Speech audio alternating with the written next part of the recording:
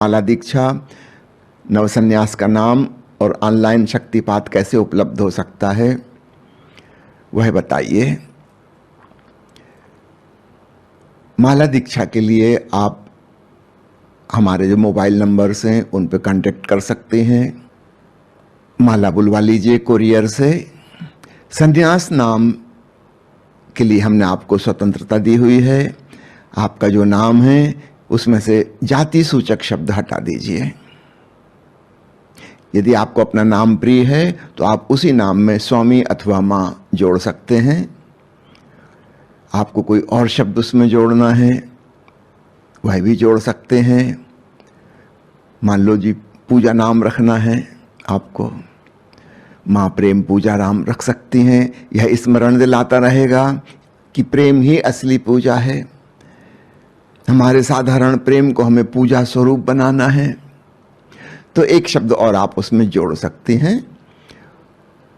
तीसरी बात आपने पूछा है शक्तिपात की चिंता छोड़ें। हम क्यों भिखमंगे जैसे बनते हैं कि कोई हमारे लिए कुछ कर दे। हम स्वयं ही अपने संकल्प से, अपने निर्णय से खुद कुछ करें। थोड़े ईमानदार बनो, ऑनेस्ट बनो, अपने श्रम पे भरोसा करो। शक्तिपात का अर्थ है कि गुरु कुछ करेगा, पर याद रखना फिर गुरु के तुम गुलाम हो जाओगे। अपनी स्वतंत्रता खो के शक्ति मिलेगी। क्या ऐसी शक्ति पाने योग्य है? और उस शक्ति का करोगे क्या? कुछ उपद्रव में फंसोगे। नहीं, एक आध्यात्मिक साधक को स्पष्ट होना चाहिए मैं क्या चाह रहा हूं, क्यों चाह रहा हूं और कैसे चाह रहा हूं, किस विधि। शक्तिपात का अर्थ है कि कोई अन्य हमारे लिए कुछ कर दे। बेहतर हो हम ही कुछ करें। हां, प्रभु का प्रसाद अवश्य बरसता है, वह एक अलग बात है। वह बिना किसी व्यक्ति को मीडियम बनाए मिलता है। अगर पाना ही है तो फिर सीधा प्रभु से पाओ। बीच के व्यक्ति को मीडियम माध्यम मत बनाओ, क्योंकि वो जो माध्यम बनेगा आप मानसिक रूप से उसके परतंत्र हो जाओगे। उसके बिना तो फिर मिलेगा नहीं। फिर अब वहां से नई मुसीबतें शुरू होंगी। सारे गुरु शिष्यों के संबंध जो बर्बाद हो जाते हैं वो इसी प्रकार की चीजों की वजह से हो जाते हैं। मैं नहीं चाहता कि इस प्रकार की चीजें भविष्य में चलें। हम अपने श्रम पे भरोसा करें। हां, अगर हमारी पात्रता होगी तो प्रभु प्रसाद बरसता है, तो हम अपनी पात्रता की साधना करें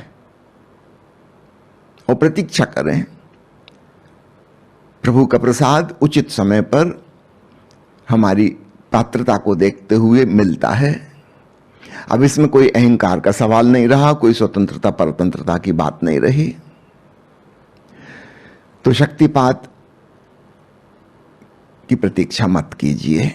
स्वावलंबी बनिए, आत्मनिर्भर बनिए, स्वतंत्र बनिए। आप एक इंसान हैं, अपने मनुष्य होने की गरिमा और महिमा को समझिए। माला कुरियर के द्वारा भेजी जाती है। हर 2 या 3 महीने के बाद पूर्णिमा के शाम को माला दीक्षा का आयोजन होता है ऑनलाइन। तो अगली जो तारीख है वो है 19 अक्टूबर। तो आप अभी से माला बुला लीजिए। कैसे माला ग्रहण करनी है, उसकी विधि, ओशो की दृष्टि में सन्यास क्या है, ये आपको समझाया जाएगा। ओशो का प्रवचन सुना जाएगा। स्वयं ओशो ने कहा है कि दीक्षा किस ढंग से होनी चाहिए, ठीक उसी ढंग से दीक्षा होगी। नाम के लिए आप स्वतंत्र हैं। चाहें तो अपना पुराना नाम आप इस्तेमाल कर लें, मां और स्वामी जोड़ के। कोई नया शब्द उसके संग जोड़ना है तो जोड़िए, किंतु वो जो धर्म संप्रदाय सूचक शब्द जुड़े हुए हैं नाम के संग, कृपया उनसे मुक्त हो जाइए। अब हम एक खालिश मनुष्य हो जाएं। हम किसी जाति के नहीं, किसी संप्रदाय के नहीं, कहीं से बंधे नहीं। यदि आप चाहें कि हम आपको नाम दें तो आप व्हाट्सएप के द्वारा या ईमेल के द्वारा हमसे पूछ सकते हैं। जो लोग पूछेंगे केवल हम उन्हीं को यहां से नाम सुझाएंगे। कोशिश करिए आप स्वयं ही अपना नाम चुनें। हर छोटी छोटी चीज पर हमें दूसरों पर डिपेंड नहीं होना चाहिए, ये मेरा आपसे निवेदन है।